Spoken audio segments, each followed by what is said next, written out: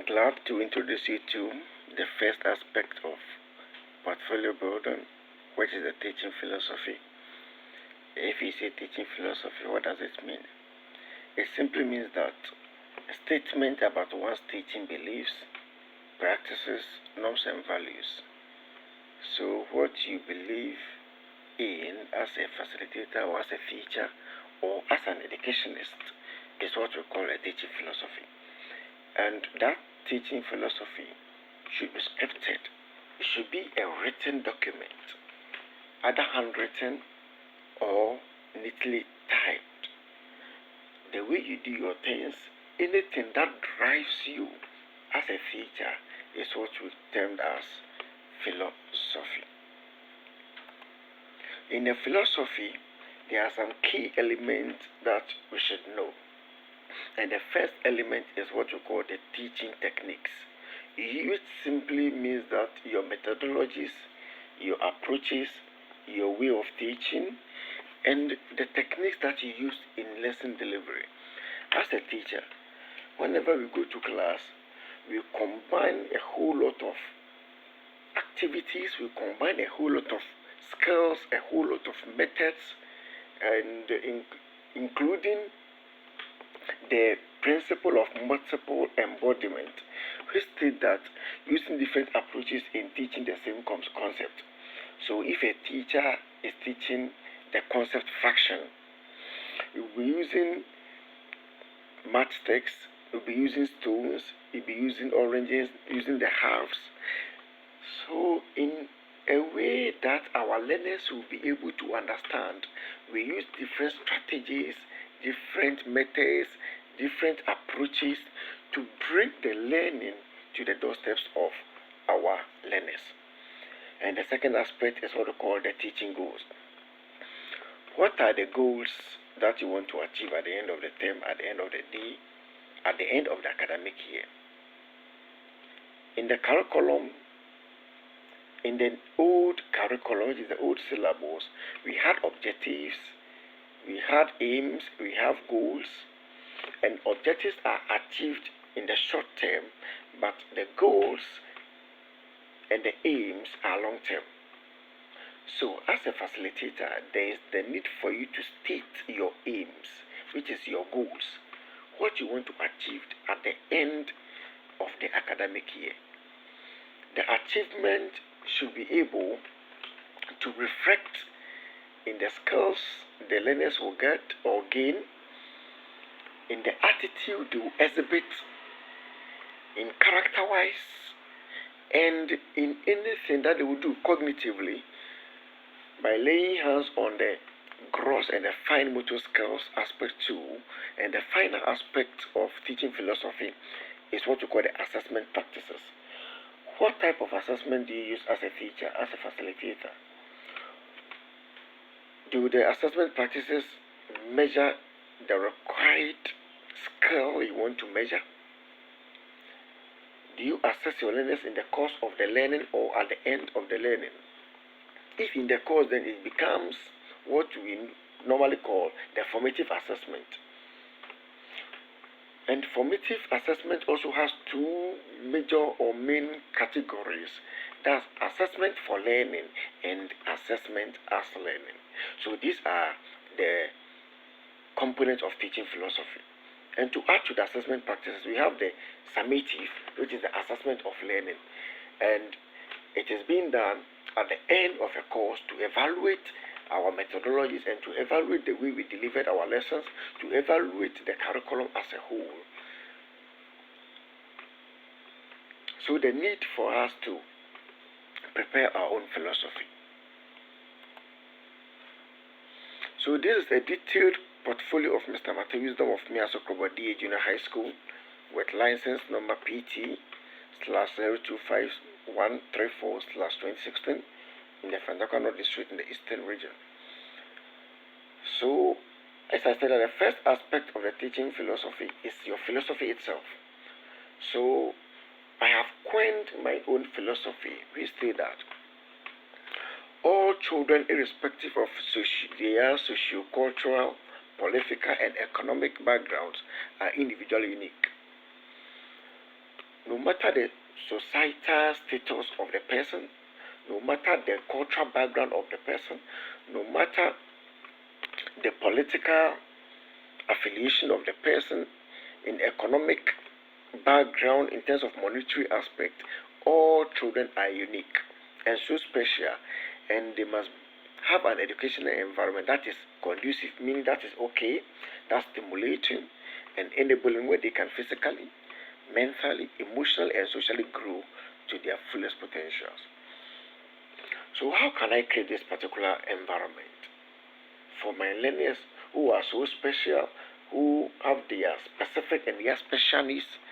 I, being a facilitator in the classroom, I have to create this particular environment so that my learners will be able to grow their potentials, their gem-like potentials in them to the fullest. So I always aspire to always create this type of atmosphere in all learning environments where learners can meet their full potentials, and I always do well to provide a safe environment where learners are invited to share their ideas and take risk. So my students can always testify to that they always take risks, and we also always take risks because we do things ourselves, we practice, we demonstrate, then they do. So I do, they do, they do, I do. So learning then becomes a two-way affair. I learn from my learners, and they also do the same. They also learn from me. So we are all free to share our ideas, no matter what.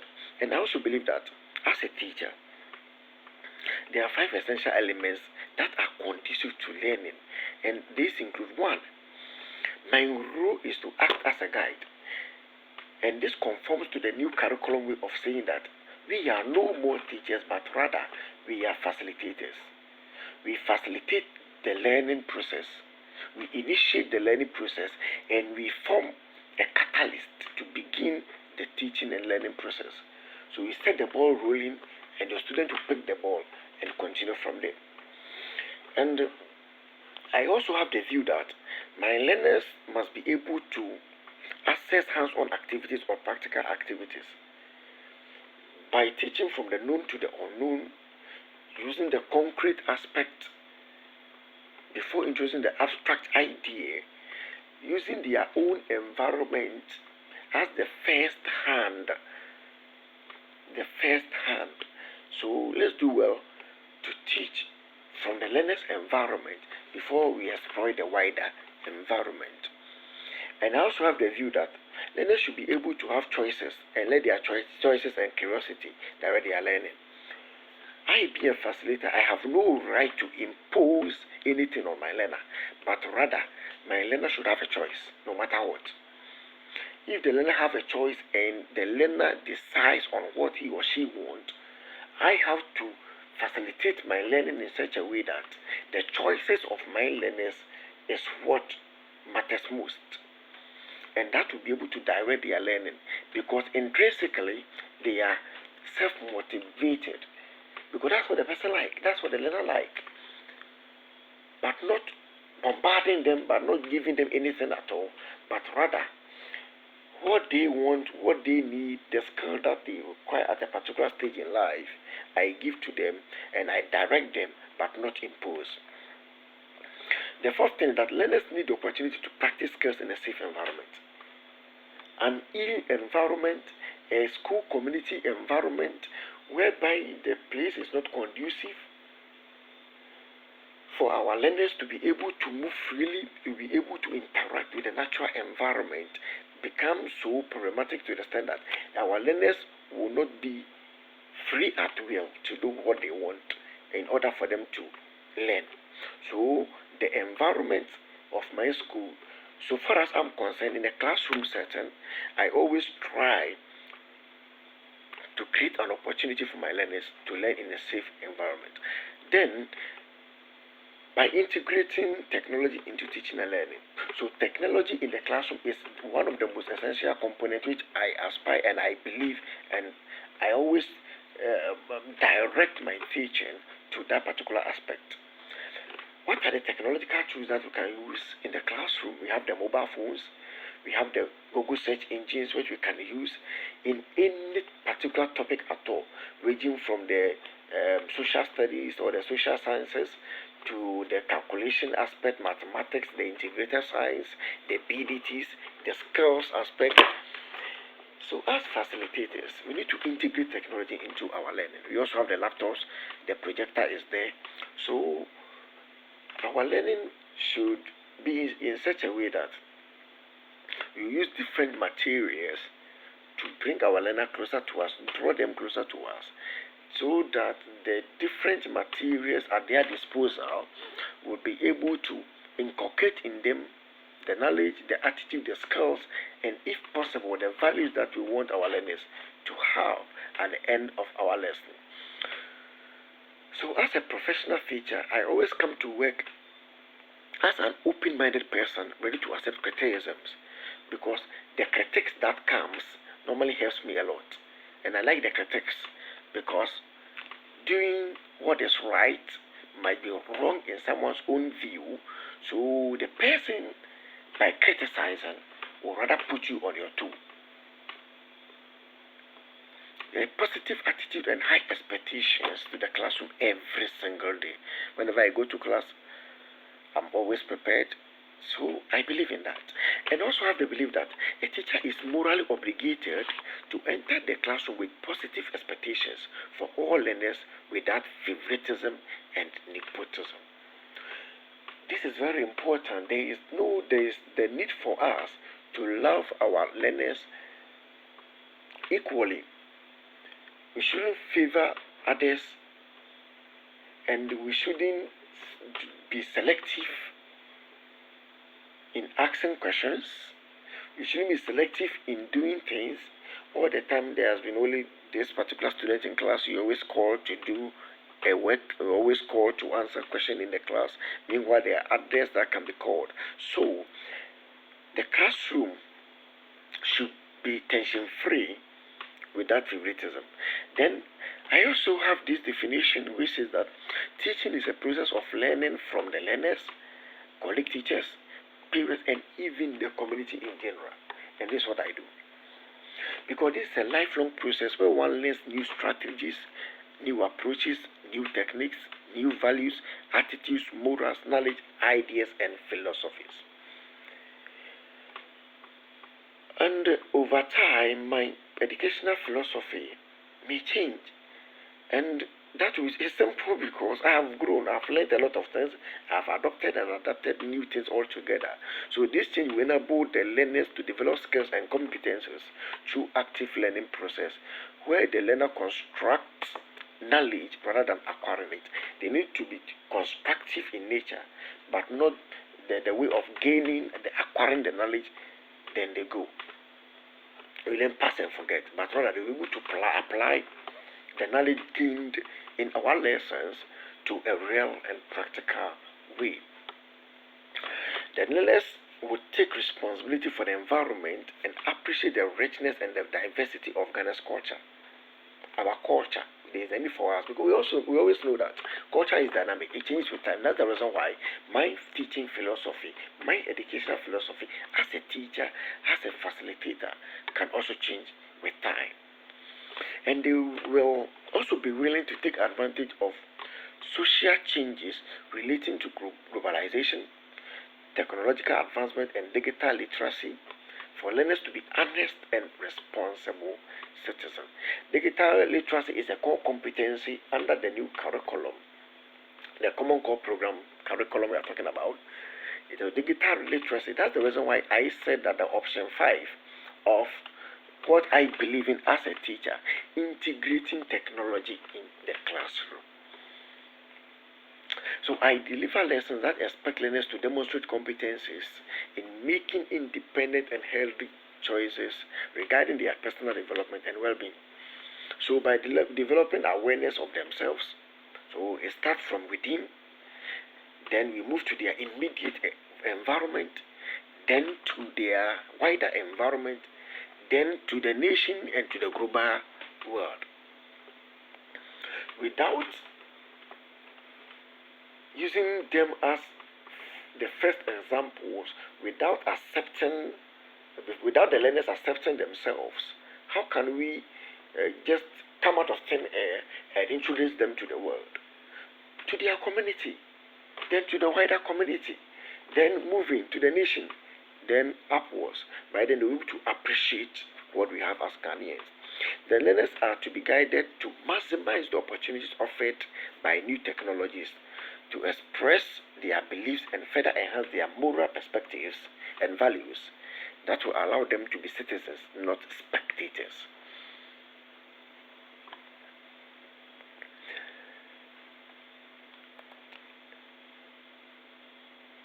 So that's my philosophical statement.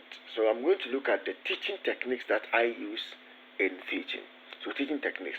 The following are the basic teaching methods adopted and adapted by me to facilitate lesson delivery. So I always use demonstration lesson, discussion, role play, brainstorming to come out with a lot of different divergent views. We embark on project work, group work, and the use of mnemonics. And one mnemonics I always use is what you call the IFOPARIFE for the scientific method in the senior high school, and the IFOGMAC for the scientific method in the junior high school. So the IFOGMAC is ISFOORJMAC,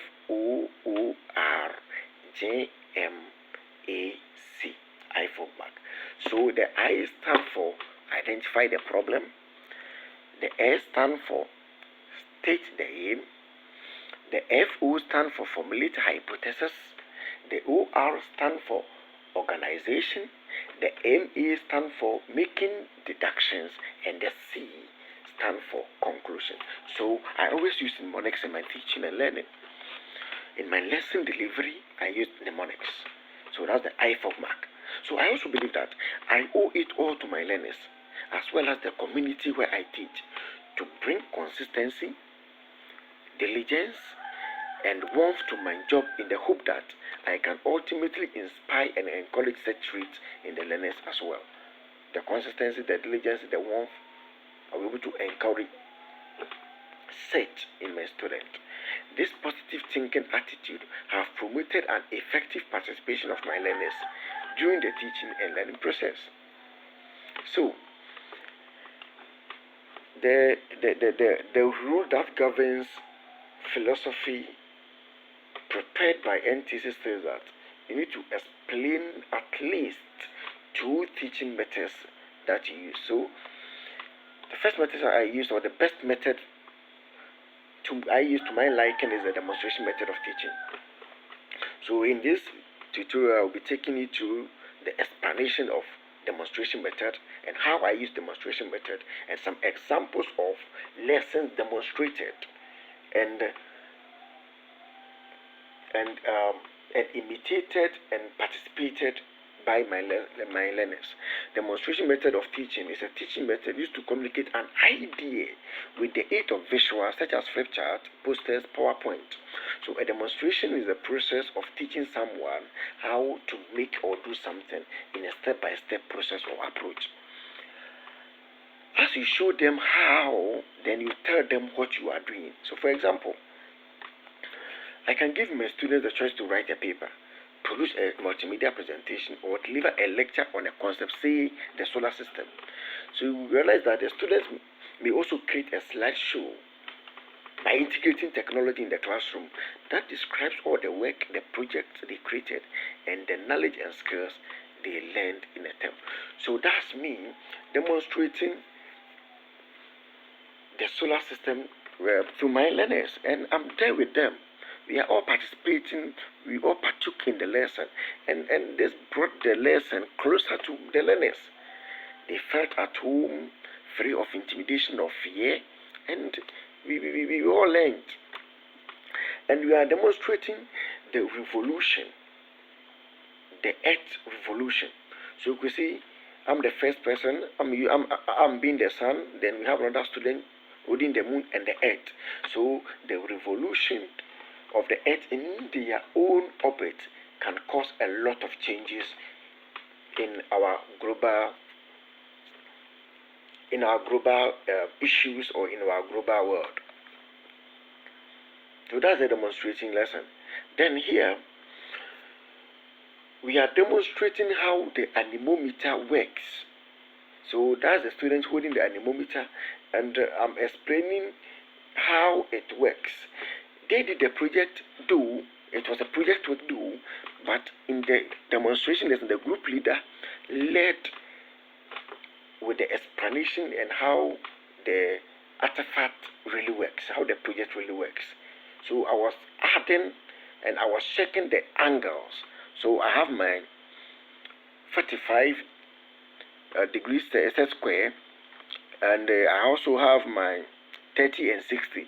But because these are perpendicular lines and the arms crosses each other at 90 degrees, there is the need for me to use the 45 degrees set square, the 90 degrees component, to measure the degree of accuracy, that angle, that the right angle of their construction.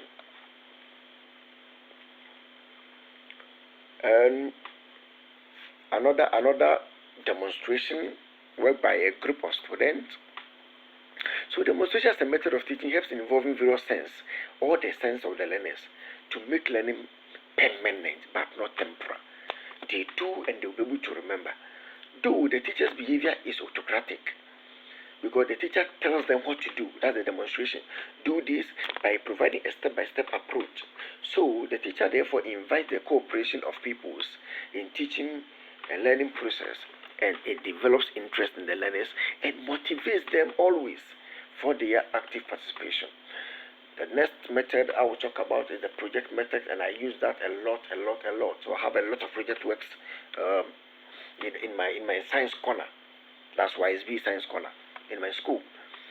The project method is a teacher-facilitated collaborative approach in which students acquire and apply knowledge and skills to define and solve realistic problems using a process of external inquiry. Projects are student-centered or learner-centered, following standards, guidelines, procedures, rules, and even milestones clearly identified by the instructor.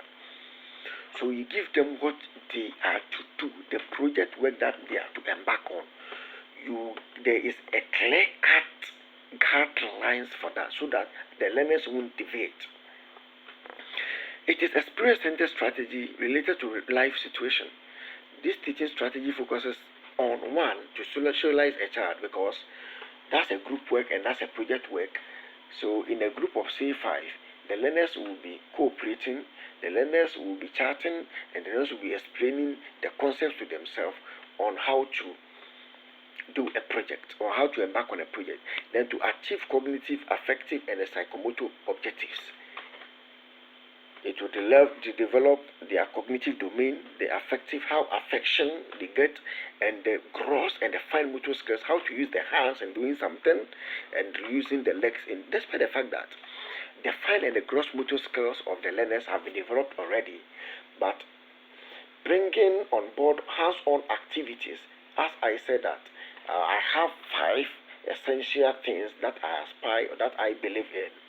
Like I said, that students should be able to get access to hands-on activities, and this will promote self-learning. This strategy is based on the following principles. The principle of utility. You have to utilize a lot of things by choosing those projects which are closer to the social life, that are closer to them. Access to materials, access to products, then access to things that will facilitate the project work. Principle of readiness. Involve the learners and find the solution of the problem with their active participation. The students must be ready, our learners must be ready to imbibe this particular project.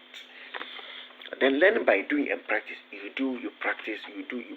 So you observe, you imitate, you practice. OIP, you observe, or the learners observe, they imitate, and they practice. So learner performs certain tasks and experiences new things. So they do something, they experience new things. So in so doing, it will rather add to their knowledge and the resource in learning. And another principle here is the principle of socialization.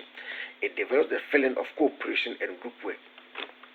And We also have the interdisciplinary approach to involve the knowledge of different subjects in solving the social problems.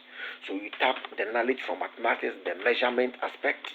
You tap the knowledge from BDT, the economics aspect, in creating something so that we will be able to solve a particular problem. So this is a sample of the project work, and I have the group. So group 1, 2, 3, 4, and 5. I have the topic that they are to construct, or they are to. Then we have the leader and the location. So group 1, the topic is rain gauge. They are to construct rain gauge. The leader is Kwete Philip, and the location of the place is Asrebusu.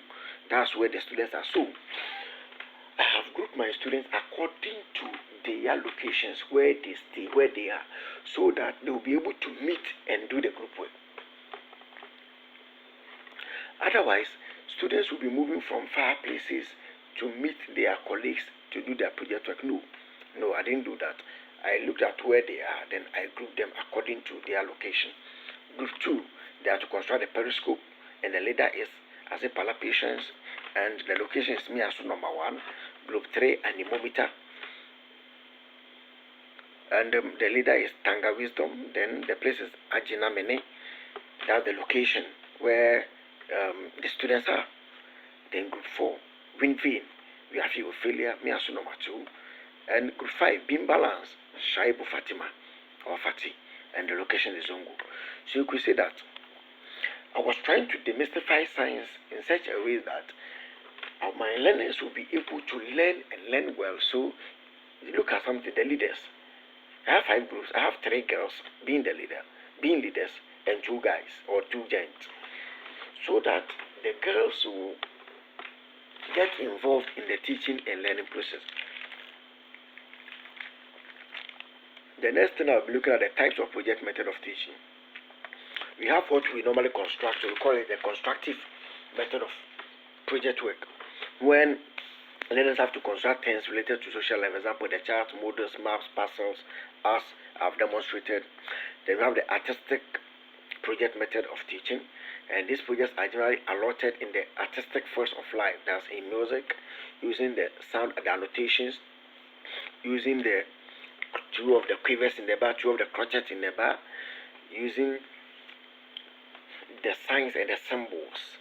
Then in drawing, painting, art, and culture. Then we also have another project method that solves problem. So these projects are given to solve the problems related to any life situation or related to any subject. Example given, how to operate bank account. It's a project. Or how to send an email or letter. Even fast. Then these general problems, if solved, will make a child efficient for social life. Then we have group work as a form of project work. So a team of students is assigned a work to perform, that to construct a device. Then I went on to say, look at the element of project method. The elements are the sense of purpose, significance, and interest or motivation. So it helps in developing social norms and social values among the learners through cooperation, and it provides opportunities for correlation of various elements of the subject matter and for transfer of training or learning. And it helps in growing knowledge very effectively as a result of their close cooperation on social participation in the spirit of democracy. So the main idea of project teaching method is an opportunity for the student to self-study. They will study on their own to showcase their knowledge and their scientific practical abilities. 2, it plays a crucial role in forming the competitive person which answers all requirements of modern society. The competitive person in such a way that the various groups will be competing. I want to come out first. I want to get the best mark for the project. I want to get the best project. I want to get the best group to present a project work. Then we'll move on to the teaching goals. As I said, the goals are what we want to achieve. So I said that the curriculum of the Common Core program was designed for learners to achieve some goals and assert. I am not achieving that goals, but I will rather assist and guide. I will facilitate and be a form of catalyst to speed up the reaction process so that my students will be able to achieve set targets and goals. So I aspire to achieve the following goals as a facilitator. One, to develop the spirit of curiosity, creativity, innovation, and critical thinking for learners.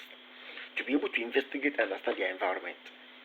So you should be curious by touching, by doing something. So also develop the skills, knowledge, habit of mind and attitudes necessary for self-reliance. They shouldn't be able to rely on their colleague students to be able to do something, but they should be able to believe in themselves and rely on themselves and the capability that they have. To be able to communicate community-based love and ideas into learners. And this is one of the best teaching goals I have ever had. That doesn't mean that for the student to love themselves and love the school environment and show that love to the wider community in which we find ourselves or they find themselves is of paramount to me, in the sense that they should be able to take care of school properties, of their personal properties, of the belongings and properties of their colleagues, of their friends, and even their neighbors, and to serve as a role model. I tell you, being a teacher, I have a goal of serving as a role model and to live a healthy and quality life worth emulating by my students, the community, and wherever I find myself. And to be able to develop humane and responsible attitude towards the use of all resources of my place of work, community of practice, Ghana, and elsewhere. So, the resources that can be used in teaching, I do well to mobilize them and use them. So also to develop the skills for using technology to enhance learning. We see that portfolio, the philosophy aspect of portfolio entails a lot. For the sake of the video, that's the reason why I researched and did a lot of work here so that you can get an overview of what a teaching philosophy is, but not necessarily meaning that everything here is about, you have to include everything, but do well and include the three main aspects of philosophical statement, your teaching techniques, your goals, and your assessment practices. So finally, I'll be taking you through the assessment practices of the philosophy. What is assessment? What is assessment? So assessment is the process of gathering and discussing information from multiple and diverse sources in order to develop a deep understanding of what students know, understand, and can do with their knowledge as a result of their educational experiences. So the process culminates when assessment results are used to improve subsequent learning, or it is the ongoing activities that allow students and facilitators to understand their progress on meeting the course learning objectives. I have to understand the progress. I have to assess myself. I have to assess my learners. But most of the times, we do assess only the learners, even the facilitators. And there's a big problem and it's a big issue and a challenge facing the educational sector. Students should be asked to demonstrate their learning through formative and summative assessment, where student learning is prompted by early, frequent assessment and feedback for learning. So you assess them, you do well to provide feedback for them. So, as a facilitator, I always practice both the formative and the summative assessment in my lessons. Any assessment I undertake as an educator is hinged on this criteria. One, reliability. And this reliability just tests the extent to which a question or a questionnaire, a test, observation, or any measurement procedure produces the same results over a period of time. So I ask a question about define the term matter. The result I have to get from the learners today has to be the same result yesterday, has to be the same result that I will get tomorrow. That means that my assessment test is therefore reliable. Then standardization. Honestly, it is difficult to get a standardized test throughout the country, although because looking at the environment which we write our exams, looking at the school environment and the materials that can be found in the various schools in the country at the basic level, normally we find there's issue and problem with standardization of tests. So this establishes a set of precedents, therefore enhancing an assignment, test, or project's reliability or reliable. So I do manage to set standard question, not to test just the knowledge, but the application of the knowledge itself, to test the critical thinking, the problem solving skills of my learners, and I also check if my assessment is valid. Is it valid? What I want to measure the skill, how to do something, how to perform an act. So is it valid? The questions I set, does it measure? Did it measure the exact thing I want to measure, the knowledge, the aspect I want to measure, the values that I want the learners to exhibit? So the extent to which the instrument measures what is set out to measure is called the validity. Teachers must identify the expected learning outcomes and goals of the course in order to appropriately assess student work. Then, practicality. Practicality refers to the action of the assessment method and its relevance to the overall learning goals in the course. It also addresses whether or not the workload for the instructor is reasonable. So you being is it reasonable? Are you sure that you are not giving non-slap? Are you sure that your assessment questions is something that's deemed not unfit, or deemed not, that does not deem fit for the learners? So it should be practical. Then these are what I follow. So the first assessment is formative assessment. What are the type of formative assessment I do? And even if I use a lot of assessment techniques, what is formative assessment? Formative assessment is the form of assessment that takes place during, before, and even after the lesson. So the assessment we undertake before the lesson, in the course of the lesson, and after the lesson. So as an educator, I always use the following formative assessment tools in the course of delivering my lessons to test learners' understanding. Class exercises, that's the pen and paper test, the continuous assessment tasks, the CAT, the homework and assignments, the project work, the group work for collaboration, and others. And finally, the summative assessment, for me to assess the extent at which I have achieved both my short and long-term goals as a facilitator. I always employ the following summative assessment techniques at the end of each month. So in my school, this is what I normally do. We take monthly exams or end of month exams to test what I have taught within that particular month, to know if the same methods I've been using, I need to revisit them, or I need to get a revision or revise such methodologies, and the mastery of the subject matter or the content as a facilitator. Is it okay? Is that well? Do I need more help? Can I do team teaching? Should I invite a resource personnel to help to reteach set topics? And I always employ the fully summative techniques at the end of the term and the academic year to assist me to make judgment on myself and my students, and make placement, and to assess my teaching methodologies. I do believe this video found you well, and I hope that in watching this video, where the team of YSB Arena has been good to you, because he has exposed you to a whole variety of philosophical statements and the various components of philosophy, spanning from the teaching techniques, the goals, the assessment practices that we use, both the formative and the summative aspect. And wow. All I require need from you is to subscribe to my YouTube channel, YSB Arena. You can call me anytime if you need anything, any clarification on any of the aspects. Thank you.